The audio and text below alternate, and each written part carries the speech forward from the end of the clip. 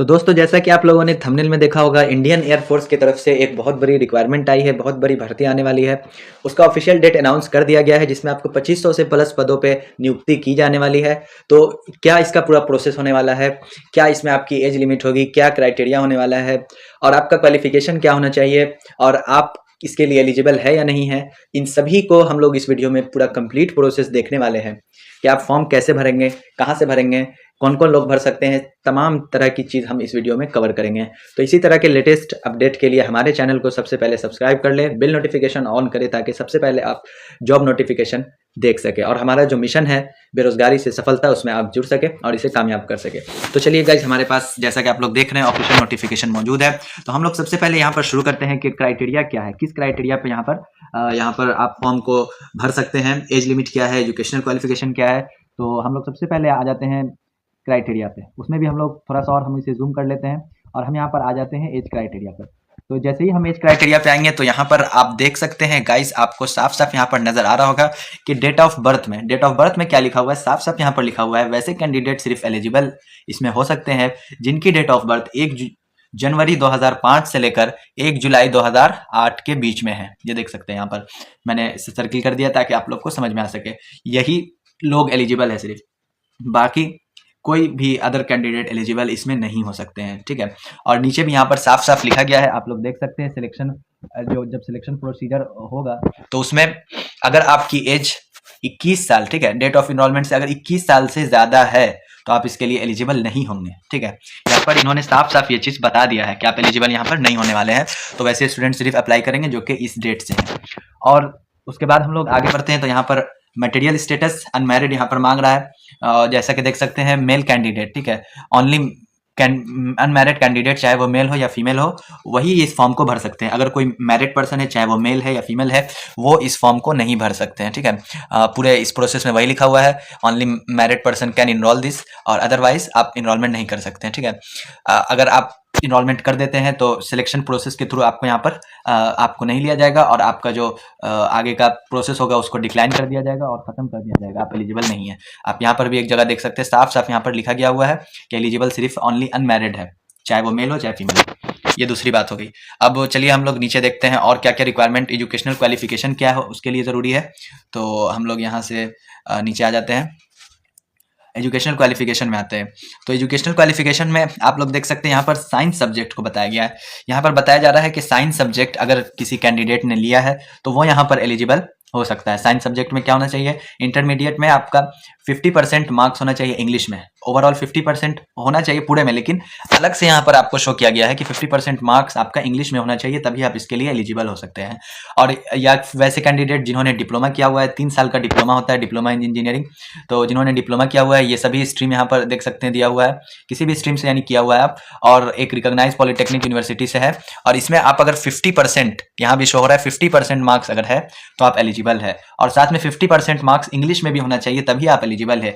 ये मेंशन किया गया है इसके क्राइटेरिया में। और यहाँ पर देख सकते हैं आप लोग मेरे फ्रेंड्स के साफ साफ यहाँ पर मेंशन कर दिया गया है कि if English is not subject in diploma course, अगर इंग्लिश सब्जेक्ट डिप्लोमा कोर्स में नहीं है तो क्या होगा, यहाँ पर उस केस में क्या होगा, 50% मार्क्स किसमें चाहिए आपको, इंटरमीडिएट में होना चाहिए। अगर किसी ने डिप्लोमा में इंग्लिश नहीं लिया है तो वो क्या करेंगे, वो अपने मैट्रिक या फिर इंटर में 50% मार्क्स दिखाएंगे तभी वो इनरोल कर सकते हैं, आगे का प्रोसेस होगा, नहीं तो वो नहीं कर सकते हैं। हम बात समझ में आ गई होगी सभी स्टूडेंट को। और तीसरा जो है यहाँ पर बताया गया है, या नहीं तो फिर उन्होंने 2 साल का वोकेशनल कोर्स किया हो with non vocational subject, like अगर उसमें किसी ने साइंस नहीं लिया हुआ है, इंग्लिश नहीं लिया हुआ है, साइंस से नहीं किया हुआ है, अदर नॉन वोकेशनल सब्जेक्ट है, फिजिक्स और मैथ है सिर्फ, तो उसके लिए भी क्या है क्राइटेरिया सेम ही रहेगी, 50% होना चाहिए और ओवरऑल, और 50% इंग्लिश भी होना चाहिए, ठीक है।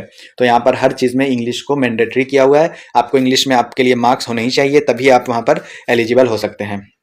और उसके बाद हम लोग और नीचे पढ़ते हैं यहाँ पर, तो अदर देन जो बच्चे साइंस में नहीं है उनके लिए भी रिक्वायरमेंट आप लोग देख सकते हैं, सेम सी है, 50% मार्क्स होना चाहिए आपका ओवरऑल और 50% होना चाहिए आपका इंग्लिश में।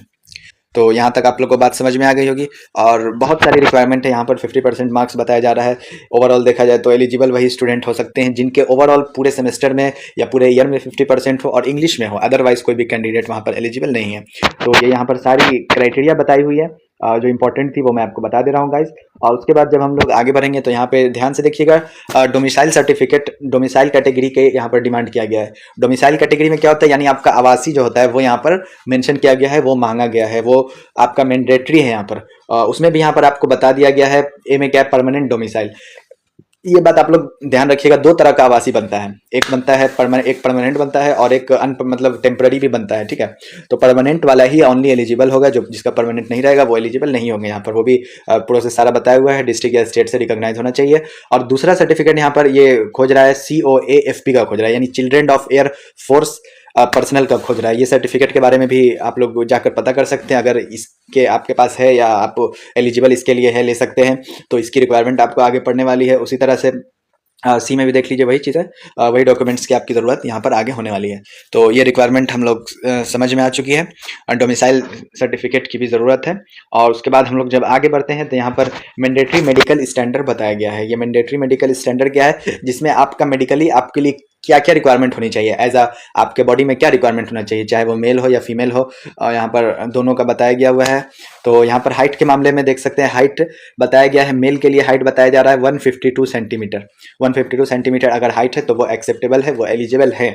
और दूसरी बारी में अगर फीमेल के बारे में बात की जाए तो उसका भी 152 सेंटीमीटर हाइट यहाँ पर देखा जा रहा है। लेकिन यहाँ पर आगे बताया गया है कि वैसे कैंडिडेट जो अगर नॉर्थ ईस्ट या हिली रीजन ऑफ उत्तराखंड से बिलोंग करते हैं, उस साइड से अगर कोई स्टूडेंट है तो 157 सेंटीमीटर भी एक्सेप्टेड है।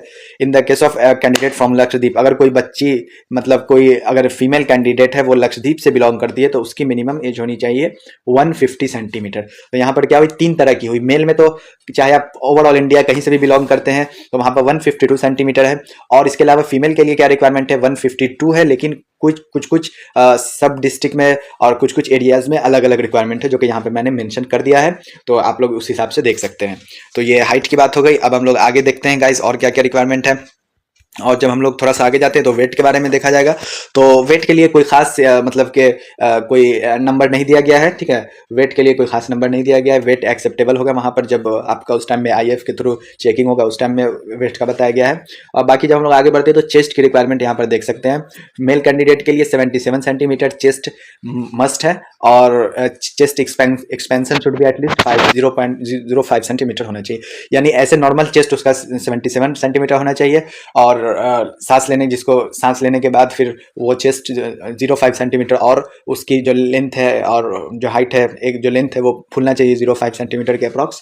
तो वो कैंडिडेट यहाँ पर एलिजिबल हो सकते हैं। फीमेल के लिए वही बताया गया है, यहाँ पर कोई साइज मेंशन नहीं किया गया है, सिर्फ मिनिमम रेंज बताया गया है, ठीक है। साइज मेंशन नहीं किया गया है। और एक्सपेंशन में मगर साइज मेंशन किया है 0.5 सेंटीमीटर, जो कि मेल में किया गया था। और हेयरिंग में कब यहाँ पर रिक्वायरमेंट है, हेयरिंग में आपको कम से कम 6 मीटर कि आपको हेयरिंग अवेलेबिलिटी होनी चाहिए, आपको सुनाई देना चाहिए। Able to hear force whisper, यानी जो लोग कुछ बात कर रहे हैं 6 सेंटीमीटर के दूरी पे धीरे धीरे बिल्कुल फुसफुसा रखकर बात कर रहे हैं, तो उनकी भी बात आप लोगों को समझ में और सुनाई देनी चाहिए, तभी आप एलिजिबल है।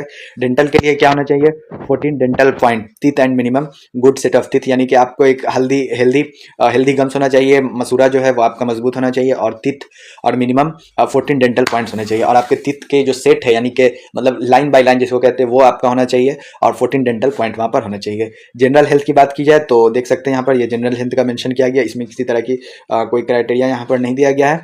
और हम लोग नीचे और आगे बढ़ते हैं। फीमेल कैंडिडेट के लिए गाइनोकोलॉजिकल टेस्ट एग्जामिनेशन है, सॉरी, तो वहाँ पर भी आप लोग देख सकते हैं रिक्वायरमेंट इनकी अलग है। और जेंडर की, ठीक है, तो फीमेल कैंडिडेट की और सारी रिक्वायरमेंट है यहाँ पर। बॉडी टैटू वगैरह देख सकते हैं, यहाँ पर साफ साफ लिखा गया है। बॉडी टैटू के बारे में बता दिया गया है कि आप कौन साइज़ और किस टाइप के टैटू आप नहीं रख सकते हैं। तो यहाँ पर आप लोग देख सकते हैं गाइस, ये बॉडी टैटू के बारे में आपको साफ साफ बता दिया गया है, डिटेलिंग में वीडियो है यहाँ पर। और जैसे ही हम लोग थोड़ा सा और आगे बढ़ते हैं यहाँ पर, तो विजुअल स्टैंडर्ड बताया गया है। अब आपके ये आई का टेस्ट हो रहा है, ठीक है। अब आई के लिए आपकी क्राइटेरिया क्या होनी चाहिए, तो देख सकते हैं यहाँ पर आई करेक्टेबल 6 पहला होना चाहिए, 6/12 ईच आई, और करेक्टेबल होना चाहिए 6/6 पे। तो हाइपरमेट्रोपिया +2.0 होना चाहिए, माइकोपिया 1D होना चाहिए, और इंक्लूडिंग ±0.5D।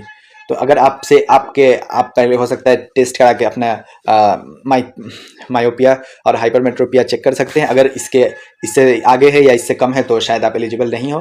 तो ये सब बेसिक क्राइटेरिया है, इस पे हम लोगों को ध्यान देना बहुत ज़रूरी है, क्योंकि अगर आप एक बार किसी भी एग्जामिनेशन की प्रिपरेशन के लिए आप लोग प्रिपरेशन कर लेते हैं और अगर मेडिकल में अगर आप आउटसाइड हो जाते हैं तो थोड़ा सा बहुत तकलीफ होती है लोगों को कि मैंने प्रिपरेशन अच्छी की लेकिन मेडिकली मैं फिट नहीं था इसलिए मैं एलिजिबल नहीं हो सका। ठीक है, तो इसलिए आप लोग एक बार ज़रूर से मेडिकल पे खास के फिर से उस चीज़ को देख ले और अपने अपने रिक्वायरमेंट के हिसाब से जांच कराकर क्या आप उसके लिए एलिजिबल है कि नहीं वो देख ले, फिर आप तैयारी शुरू करें, वही अच्छा होता है। यहाँ पर सिख स्टूडेंट के लिए सिर्फ कुछ नोटिफिकेशन है तो वो अपना वो पढ़ सकते हैं, सिख कैंडिडेट जो है, ठीक है, वो यहाँ पर उनके लिए स्पेशल है, वो आकर देख सकते हैं।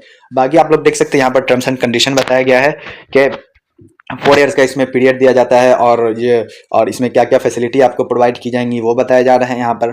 ठीक है, तो इसको आप लोग आराम से वीडियो को पॉज करके पढ़ सकते हैं या स्क्रीनशॉट ले सकते हैं, नहीं तो वीडियो काफ़ी लंबी हो जाएगी गाइस, इसलिए मैं यहाँ पे आपको की पॉइंट सिर्फ बता रहा हूँ जो कि ज़रूरी है और जो आप लोगों को आसानी से मैं समझा दे रहा हूँ। और उसके बाद जब हम लोग नीचे आते हैं तो देख सकते हैं एम्प्लॉयबिलिटी और एनुअल लीव पूरा यानी कि इसका डिटेल दिया हुआ है कि यहाँ पर देख सकते हैं ट्रेनिंग के बारे में बताया गया है, एम्प्लॉयबिलिटी के बारे में बताया गया है, कैसे आपको सैलरी मिलेगा, क्या होगा, ट्रेनिंग आपको कैसे दी जाएगी, किन के थ्रू दी जाएगी, इंडियन एयरफोर्स रिक्वायरमेंट के हिसाब से दी जाएगी। लीव अगर आप काम कर रहे हैं इंडियन एयरफोर्स में तो वहाँ पे आपको लीव का सिस्टम क्या रहेगा, कितने दिन में आपको छुट्टी दी जाएगी, आप एप्लीकेबल है कि नहीं, तो वो सब एंगेजमेंट पीरियड बताया गया है। तो यहाँ पर एनुअल लीव जो बताया जा रहा है वो 30 दिन का बताया जा रहा है। एनुअल लीव आपको साल में 1 महीना का समझिए आपको छुट्टी मिलता है। और सिक लीव जो होता है अगर आप बीमार पड़ जाते हैं, तबीयत सही नहीं है, तो वो वहाँ पर जो मेडिकल टीम रहती है, मेडिकल अथॉरिटी रहती है, तो उनके एडवाइस के हिसाब से आपको सिक लीव दिया जाता है, जितने दिन के भी अवेलेबल आप रहते हैं उस हिसाब से दिया जाता है।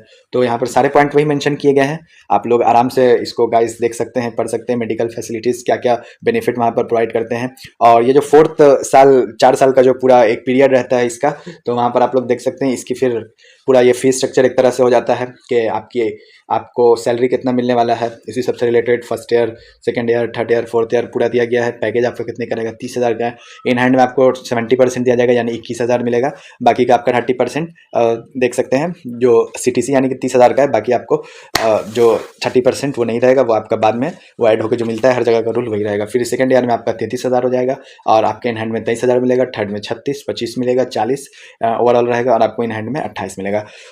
ठीक है, तो यहाँ पर आपको कैलकुलेशन करके दिया गया है। आफ्टर एग्जिट, जब आप एग्जिट करते हैं 4 साल के बाद, तो आपको यहाँ पर देख सकते हैं अप्रॉक्स 10 लाख, ठीक है, यहाँ पर अप्रॉक्स 10 लाख रुपया आपको दिया जाएगा, जो कि आपको इन हैंड में 70%, 30% आपको जो वो वहाँ से रखा जा रहा था, तो वो सारे PF मिला के जो भी होता है इस जो प्रोसेस अलग से, वो सबका आपको 10,000 दिया जाएगा आफ्टर एग्जिट होने के बाद।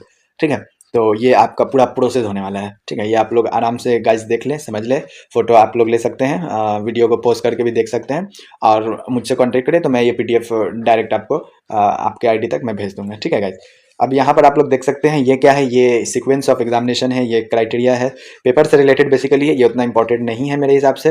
तो ये इसको आप लोग वीडियो को पॉज करके आप लोग खुद से इसको देख सकते हैं, कौन से पेपर बताए गए हैं, कितने नंबर के मार्क्स होने हैं, उसके क्राइटेरिया क्या होने हैं, साइंस क्या क्या सब्जेक्ट होना है, पूरा पैटर्न क्या है वो बताया गया है।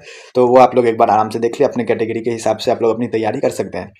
बाकी आपको यहाँ पर और कुछ खास नहीं है, तो यही सारा प्रोसेस है गाइस।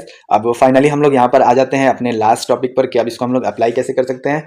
तो यहाँ पर मेंशन किया गया है अप्लाई करने के लिए, आप लोग देख सकते हैं इसके ऑफिशियल वेबसाइट बताया जा रहा है, ये इसका ऑफिशियल वेबसाइट है अग्निपथ vayu.cdac.in। ठीक है, तो इसको आप लोग अपने गूगल क्रोम पर, अपने मोबाइल पर या लैपटॉप पर ओपन कर सकते हैं और वहाँ पर आप रजिस्ट्रेशन करा सकते हैं। उस रजिस्ट्रेशन के दौरान आपको यहाँ पर ये 3 डॉक्यूमेंट्स रिक्वायर होंगे जो कि मैंडेटरी है, क्लास 10 का सर्टिफिकेट, मार्कशीट, पासिंग सर्टिफिकेट और डोमिसाइल सर्टिफिकेट जो था, ठीक है, या फिर आपको COAPF सर्टिफिकेट था वो मेंशन किया गया है 8वें पैराग्राफ में, वो ज़रूरी है, या और साथ में आपको इंटरमीडिएट का मार्कशीट होना चाहिए। ये 3 सर्टिफिकेट अगर आपके पास ये 3 है तो आप यहाँ पर इसके लिए क्या है, एलिजिबल आप उसके लिए हो जाते हैं और आप जाकर वहाँ पर अप्लाई कर सकते हैं। बाकी अप्लाई करने का क्या प्रोसेस होने वाला है और उसको कैसे फुलफिल करेंगे, वहाँ पर क्या होने वाला है, तो गाइस वीडियो काफ़ी लंबी हो चुकी है ऑलरेडी। मैं उम्मीद करता हूँ कि आप लोगों ने सारी चीज़ें A to Z समझ ली होगी इससे रिलेटेड। अगर आप उसके लिए अप्लाई करना चाहते हैं, आप एलिजिबल है, आपको सारी बातें समझ में आ गई होंगी, तो आप जाकर उसको अप्लाई कर सकते हैं। फिर भी अगर कहीं भी आपको किसी तरह की कुछ प्रॉब्लम होती है तो मुझे कमेंट बॉक्स में कमेंट करके बताएं, तो मैं आपके लिए एक अलग से डेडिकेटेड वीडियो बना दूंगा जिसमें मैं किसी स्टूडेंट का अप्लाई करके मैं आपको दिखाने वाला हूँ वहाँ पर। ठीक है, और इसी इसी तरह के और भी जो अपडेट आगे आने वाले हैं उससे कनेक्ट रहने के लिए हमारे चैनल को एक बार और मैं कह रहा हूँ सब्सक्राइब कर ले, ताकि आप सबसे पहले नोटिफिकेशन देखें, सबसे पहले आप फॉर्म अप्लाई करें और एक अच्छी अपॉर्चुनिटी को ग्रैब करें। चलिए मिलते हैं हम लोग अगले वीडियो में अगली अपॉर्चुनिटी के साथ। Thank you for watching.